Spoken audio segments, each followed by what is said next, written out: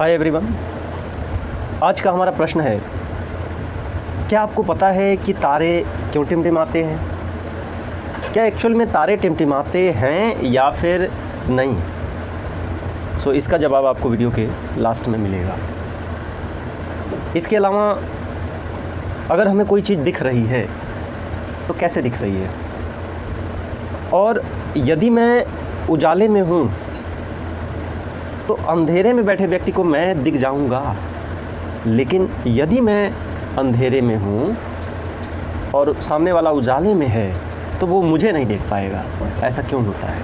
इन दोनों प्रश्नों का जवाब आपको वीडियो के लास्ट में मिलेगा, अंत तक आपको बने रहना है। सो प्यारे साथियों, इंग्लिश के टेंस के सीरीज में अगला हमारा है फ्यूचर परफेक्ट टेंस। जी हाँ, फ्यूचर परफेक्ट टेंस। सो जैसा कि हम लोग करते आए हैं कि हमें क्या देखना होता है जी, तो पहचान देखनी होती है। तो कैसे आप पहचानोगे कि ये फ्यूचर परफेक्ट टेंस है? सो इसके लिए साथियों, जैसा कि आप जानते हो कि परफेक्ट टेंस के लिए क्या होता है, चुका, चुकी, चुके होता है। अगर प्रेजेंट होता तो है लग जाता, पास्ट होता तो था लग जाता, फ्यूचर है तो क्या होगा, होगा, होगी, होंगे। सो इसका क्या हो जाएगा पहचान? चुका, होगा, चुकी, होगी, चुके, होंगे। अब जैसा कि हम करते आए हैं कि जो मेन होता है आपका हेल्पिंग वर्ब होता है। सो इसमें साथियों हेल्पिंग वर्ब जो होगा विल है, विल और सेल के बाद लगेगा आपका है। तो ये आपको ध्यान रखना है, विल और सेल के बाद क्या लगेगा, हैव लगेगा। यार साथियों, जैसा कि आप जानते हो कि हमेशा बनावट क्या होती है, किसी भी सेंटेंस की सब्जेक्ट वर्ब ऑब्जेक्ट से होती है, और वर्ब में हेल्पिंग वर्ब उसके बाद मेन वर्ब आता है। सो ये आपको ध्यान रखना है। आइए हम चलते हैं अफर्मेटिव सेंटेंस की तरफ, और हम इसी से बनाते हैं फॉर्मूला। जैसा कि आप जानते हो कि कोई भी सेंटेंस है तो उसका फॉर्मूला आपका इसी ढांचे से बनना है। तो क्या हो जाएगा प्यारे साथियों, सब्जेक्ट, हेल्पिंग वर्ब क्या है, विल और सेल, उसके बाद क्या लगाओगे जी, हैव लगाओगे। और जैसा कि आप जानते हो कि किसी भी परफेक्ट, चाहे वो प्रेजेंट का हो, चाहे वो पास्ट का हो, चाहे वो फ्यूचर का हो, वहाँ पे मेन वर्ब की थर्ड फॉर्म का यूज़ करते हैं। सो यहाँ पे मेन वर्ब की थर्ड फॉर्म हो जाएगा और लास्ट में क्या लग जाएगा बाबू, ऑब्जेक्ट लग जाएगा। इसी तरीके से अगर आपका ये नेगेटिव होता तो आप जानते हो, देखो मेन एक्चुअल में इसमें जो मेन हेल्पिंग वर्ब है वो विल और सेल ही है। सो आपको पता है कि हमेशा नेगेटिव सेंटेंस में हेल्पिंग वर्ब के जस्ट बाद नॉट लगाते हैं। सो नेगेटिव सेंटेंस में क्या हो जाएगा, विल सेल के बाद जस्ट आपका नॉट लग जाएगा, बाकी सब वही के वही उतर जाएगा। इसी तरीके से अगर आपको इंट्रोगेटिव फर्स्ट टाइप बनाना हो तो आप जानते हो कि हेल्पिंग वर्ब हम पहले लगा देते हैं तो विल सेल पहले आ जाएगा और सब्जेक्ट इसकी जगह आ जाएगा, बाकी सब वैसे के वैसे उतर जाएगा। अगर आपको डबल इंट्रोगेटिव बनाना हो तो आपको सिंपली क्या करना है कि जो क्वेश्चन थर्ड वाला जो टाइप है उसके पहले आपको क्वेश्चन वर्ड जोड़ देना है, बाकी सब वही रहेगा। सो इसका एग्जांपल हम देख लेते हैं अफर्मेटिव का, जैसे कि खान विद्यालय जा चुके होंगे। जी हाँ, खान सर विद्यालय जा चुके होंगे। सो इसका क्या हो जाएगा बाबू, सब्जेक्ट क्या है, खान। अब चूँकि खान क्या है, आई और वी के साथ सेल लगाएंगे, बाकी सब के साथ क्या लगाएंगे, विल लगाएंगे। सो खान के साथ क्या लगाएंगे, विल लगाएंगे। तो खान विल, उसके बाद हैव, जाने के इंग्लिश क्या होती है, गो, गो की थर्ड फॉर्म क्या हो जाएगी, gone. So Khan will have gone to school.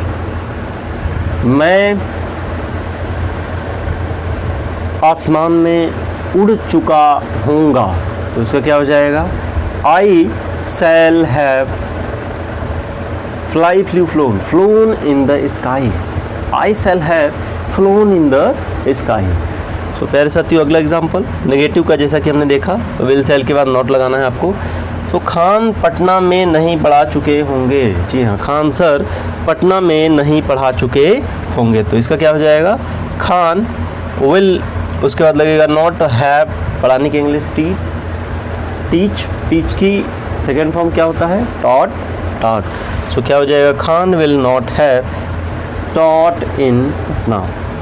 सो आगे देखते हैं बाबू, क्या खान अंग्रेजी पढ़ा चुके होंगे? तो इसका क्या हो जाएगा, विल सेल पहले लग जाएगा, तो will Khan have taught English, will Khan have taught English. और अगर हम डबल इंट्रोगेटिव की बात करेंगे जिसमें क्या, क्यों, कैसे, कब, कहाँ बीच में आएगा, तो इसका क्या हो जाएगा, खान खाना कैसे खा चुके होंगे, तो इसका क्या हो जाएगा साथियों, हाउ। हाउ के बाद विल सेल लगेगा, हाउ विल, उसका सब्जेक्ट क्या है खान, और हैव लगेगा आपका। उसके बाद मेन वर्ब की थर्ड फॉर्म, मेन वर्ब क्या है खाना, खाने की इंग्लिश क्या होते हैं ईट, ईट की थर्ड फॉर्म क्या होगी ईटन होगी, जी हाँ। उसके बाद ऑब्जेक्ट आपको लगाना है, ऑब्जेक्ट क्या है खाना, तो ईटन द फूड। इस तरीके से हमारा फ्यूचर परफेक्ट टेंस कंप्लीट होता है साथियों। अब देखो, जैसा कि हमने प्रश्न पूछा था बाबू कि क्या तारे एक्चुअल में टिमटिमाते हैं, तो जी नहीं, तारे जो है एक्चुअल में टिमटिमाते नहीं हैं बाबू। इस प्रश्न को करने से पहले हम ये देखते हैं कि अगर मैं अंधेरे में बैठा हूँ तो उजाले की चीज़ मुझे दिख जाती है,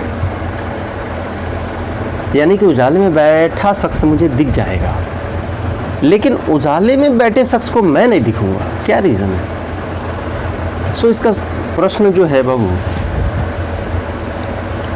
इसका आंसर आपको सिंपली ऐसे मिलेगा कि कोई चीज़ जब हमें दिखती है तो उसमें सबसे पहले जो लाइट है वो उस ऑब्जेक्ट पे पड़ती है, यानी कि उस वस्तु पे, उस चीज़ पे पड़ती है। और जब लाइट वहाँ पड़ती है सो वहाँ से टकरा के रिफ्लेक्ट होके आपकी आँखों तक आती है, और जब वो आपकी आँखों तक पहुँचेगी, रेटिना यानी आँख के अंदर बहुत सारा सिस्टम होता है, कैमरा मान के चलो होता है, सो कैमरे से होते हुए जाके उसका फ़ोटो खींचेगा आपके रेटिना पे, आँख के अंदर। इस तरीके से उस वस्तु का इमेज बनता है, और इमेज बनने के पश्चात वो आपको दिखती है। इसका मतलब ये है कि किसी चीज़ का दिखना इस बात पे डिपेंड कर रहा है कि वहाँ लाइट है या नहीं, क्योंकि जब तक लाइट नहीं रहेगा तब तक वहाँ से रिफ्लेक्ट होकर चीज़ें नहीं जाएंगी, लाइट रिफ्लेक्ट होकर नहीं जाएगी और आपको नहीं दिखेगा। सो इसलिए अंधेरे में बैठा शख्स आपको नहीं दिखेगा, जबकि उजाले में बैठा शख्स आपको दिख जाएगा। क्यों? क्योंकि उजाले में लाइट है और वहाँ से लाइट रिफ्लेक्ट होकर सीधे आपकी आंखों तक आएगी, जबकि अंधेरे में अंधेरा इसीलिए है क्योंकि वहाँ पे कोई लाइट नहीं है, इसलिए वहाँ पे किसी तरीके का रिफ्लेक्शन नहीं होगा, इसलिए वो शख्स जो अंधेरे में बैठा है वो आपको नहीं दिखेगा। अब सवाल ये है कि कोई भी चीज़ दिखती है तो इस बात पे डिपेंड करता है कि उसके अंदर लाइट है कि नहीं। पहला सवाल क्या था साथियों कि तारे टिमटिमाते क्यों हैं? सो देखो, तारों में खुद का लाइट होता है, इसका मतलब वो हमें दिखेगा। अब टिमटिमा क्यों रहा है? कोई चीज़ टिमटिमाती इसीलिए है क्योंकि उसकी जो लाइट है हमारे आँखों तक रुक रुक के पहुँच रही है, इसलिए वो टिमटिमाती है। सो क्या होता है कि जैसे तारे जो हैं बाबू धरती से बहुत दूर हैं, बहुत ज़्यादा दूर हैं, बहुत ज़्यादा दूर हैं, तो वहाँ से लाइट जब आती है तो हमारे धरती के वायुमंडल तक आते आते जो है कई बार उसको कई परतों से गुजरना होता है, यानी कि कई बार मुड़ जाती है, कभी उधर जाएगी, कभी इधर आएगी, कभी उधर जाएगी, कभी इधर आएगी। सो इसकी वजह से जिसे हम क्या कहते हैं, रिफ्रैक्शन यानी कि अपवर्तन कहते हैं, जिसकी वजह से लाइट हमारी आंखों तक रुक रुक के आती है, जिससे कि हमें लगता है कि तारे टिमटिमा रहे हैं, जबकि एक्चुअल में ऐसा कुछ होता नहीं है। सो इन्हीं सवालों के साथ हम इस क्लास को एंड करते हैं और आप लोगों से अनुरोध करते हैं कि जितना हो सके आपको इसे शेयर करना है, लाइक सब्सक्राइब कर लेना है, और अगर आप इसको स्क्रीनशॉट लेना चाहते हो तो आप ले सकते हो।